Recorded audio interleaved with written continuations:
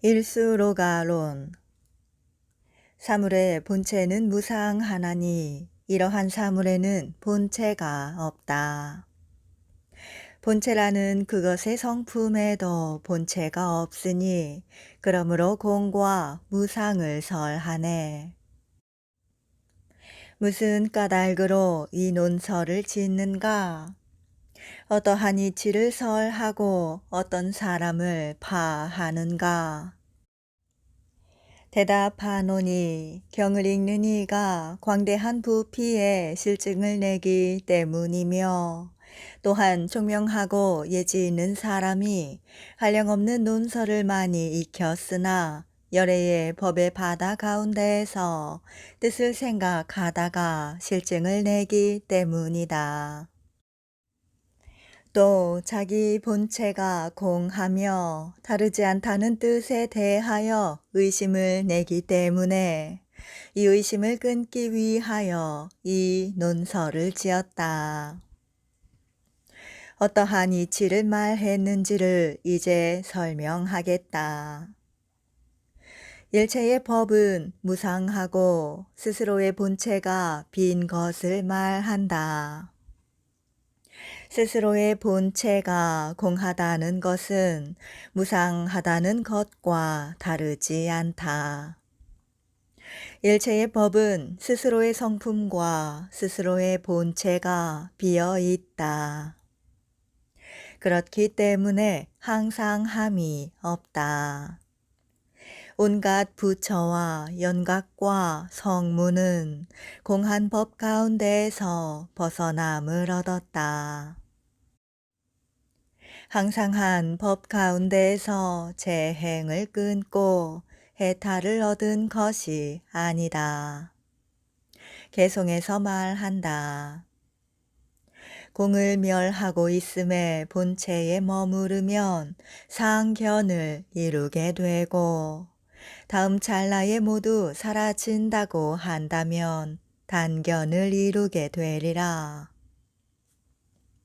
이런 까닭에 온갖 법은 스스로의 본체가 비었다 한다.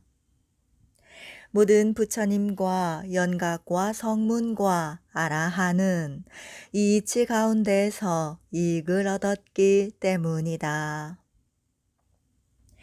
어떤 사람을 파하는가에 대해서 이제 말하겠다. 만약에 얻은 바가 있는 사람이 재행을 떠나서 무상이 있다고 말한다면 이것은 바른 견해가 아니다. 만약에 무상이 유의를 떠났다면 무상은 항상 한 것이 되고 허공과 같게 되리라. 만약 그렇다면 무위와 유위의 본체는 차별이 없게 된다. 만약에 유위와 무위가 합한다면 무위와 합했기 때문에 병은 깨뜨릴 수 없게 된다. 만약에 무위와 유위가 합했다면 유위와 합했기 때문에 열반도 무너뜨릴 수 있게 된다. 만약에 일체법이 다르지 않은 것이라면 일체법은 파괴할 수 없다. 열반과 같이 항상 하고 인연으로 생한 것이 아니기 때문이다. 만약 재행이 인연에서 생한 것이 아니라면 허공이나 열반과 다르지 않으므로 유의법을 무상하다고 말할 수 없다. 만약에 재행이 인연에서 생한 것이 아닌데 무상한 것이라고 한다면 허공과 열반도 항상하다고 말할 수 없다. 만약 그렇다면 유위와 무위는 더 나은 법이 없다. 만약에 무상이 유위를 떠났는데도 여전히 무상하다고 말한다면 유위는 항상함을 떠난 것이 되고 이름이 무상하다고 하겠지만 사실은 그렇지 않다. 만약 그렇다면 어떤 경전 중에 그런 말이 있는가? 어떤 뜻으로 그렇게 말했는가? 그대가 지금 하는 말은 어떤 뜻으로 하는 말인가? 그대가 지금 하는 말은 이치에 맞지 않다. 그대의 삿된 소견으로 헤아릴 바가 아니다. 그렇기 때문에 그대가 말하는 바는 바른 견해가 아니다. 만약에 얻은 바가 있는 어떤 사람이 과거, 미래, 현재의 법은 스스로 본체를 가지고 이루어진 것이라 말하는 사람은 바른 견해가 아닌 줄 알 수 있다. 왜냐하면 타당한 이유 없이 견해를 내기 때문이다. 만약에 미래의 본체가 인연으로 생한 것이 아니고 스스로의 본체로서 성립한 것이라면 현재의 법 역시 인연으로 생한 것이 아니고 자성을 본체로 하여 성립할 것이다. 미래와 현재의 자성은 평등하여 차별이 없기 때문이다. 만약에 자성이 평등하다면 현재에 있는 법이 모두 인연을 따라 생겼는데 미래의 법인들 어찌 인연을 따라서 생기지 않으리요? 그대의 지금 주장은 경전에 의거하여 말하는 것인가? 말하는 것이 합당하지 않으면 이치가 없고 만약 이치가 없으면 믿을 수 없다. 만약에 미래의 법이 인연에서 생기지 않고 자성으로 이루어진 것이라면 미래의 법은 허공과 같아서 인과 연이 없다. 인과 연이 없기 때문에 인연에서 난 것이 아니다. 그러므로 실로 미래의 본체는 없다. 미래가 없기 때문에 현재와 과거도 또한 없다.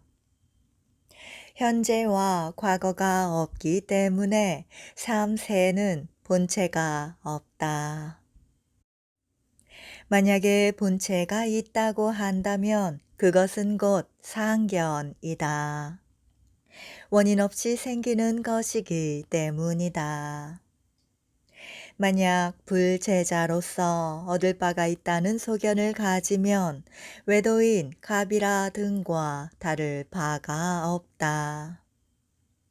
이 논서는 갑이라나 우루가 등의 외도들을 위한 것이 아니다. 그대들과 같은 소견을 가진 자들을 위해서 지은 것이 이 논서이다. 앞에서 말하기를 어떤 사람들을 파하는가 하였는데 그대들처럼 얻을 바가 있다는 사람들의 사견을 끊어 없애기 위하여 이 논서를 짓는다. 일수 로가론의 개송의 뜻을 지금부터 풀이하겠다. 개송에서 말하기를 자체의 성품이 무상하다 라고 하였는데 자체라는 것은 생겨남이 있는 것을 말하고 법이 있기 때문에 본체라고 이름한다. 얻은 바가 있다고 하는 사람이 이 법 중에서 마음으로 집착하여 본체라 하나니 이 법은 오음과 18개와 12입처 중에서 성문과 연각의 법을 굴린다. 하나, 둘 또는 여럿이라고 말할 때와 같이 또는 한 사람, 두 사람, 여러 사람이라고 말할 때 제각기 스스로의 본체가 있기 때문에 자체라고 말한다. 지, 수, 화, 풍이 제각기 딱딱하고 축축하고 뜨겁고 움직이는 자기 성품을 가지듯이 이와 같이 제각기 스스로의 모습과 스스로의 본체가 있으므로 자체라고 말한다. 얻은 바가 있다는 사람이 생, 주, 멸이 같은 모습이라고 한다면 그 말은 옳지 않다. 자체의 성품이 무상하기 때문이다. 그것의 본체와 이름은 얻을 바가 있다는 사람들이 분별하기 때문에 생겨난다. 그렇기 때문에 온갖 법을 떠나서 무상의 본체는 따로 없다. 자기의 모습이 바로 무상이기 때문이다. 부처님께서 비구들에게 말씀하신 바와 같이 일체의 모든 행은 모두가 무상하다. 이 말씀에 따르면 법을 떠나서 무상함이 스스로의 모습을 가진다고 말하는 것은 옳지 않다. 만약에 그대가 어찌하여 무상인지를 이해하지 못한다면 내가 지금 설명하겠다. 개성에서 말하기를 이러한 사물에는 본체가 없다고 하였는데 사물의 본체가 없다는 것은 그대가 분별하는 것은 무상하다는 것이다. 그 무상한 것은 본체가 없는 것이다. 그렇기 때문에 사물에는 본체가 없다고 말한다. 자성으로서 본체가 없기 때문에 본체가 없다고 말한다. 개성에서 말하기를 본체라는 그것의 성품에도 본체가 없다고 하였는데 본체가 없음을 떠나서 다른 본체가 없기 때문에 본체라는 그것도 본체가 없다고 말한다. 만약에 그대가 생각하는 대로 본체가 없음을 떠나서 다른 본체가 있다고 말한다면 그 말은 옳지 않다. 그대의 이 말은 경에서 말하는 것이 아니기 때문이다.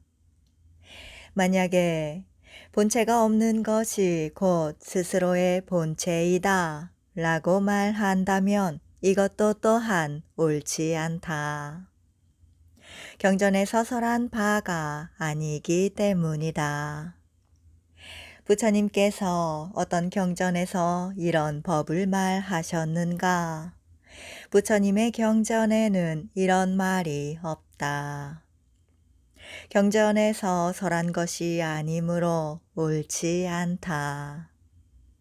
근 성인의 경전에서 설한 바가 아니면 믿을 수 없다. 그렇기 때문에 말로서만 증명할 수 있는 것이 아니다. 개송에서 말하기를 그렇기 때문에 공과 무상을 말한다고 하는 것은 조복 삼밀제경에서 말한 것과 같다. 부처님께서 삼밀제에게 말씀하시기를 눈은 공하고 무상하며 움직이지 않음이 없다. 무너지지 않음이 없고 변하지 않음도 없다. 왜냐하면 성품이 그러하기 때문이다. 귀, 코, 혀, 몸, 뜻도 또한 그러하다고 하셨다.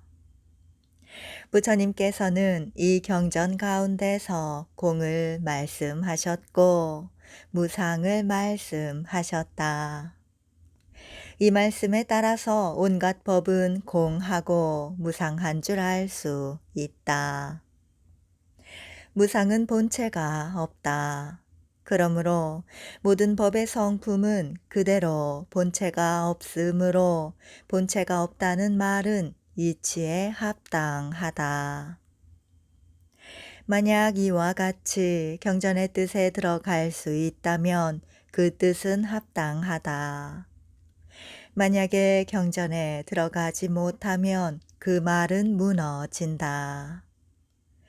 내가 말한 바와 같이 경전을 이해하면 그 이치는 합당하다.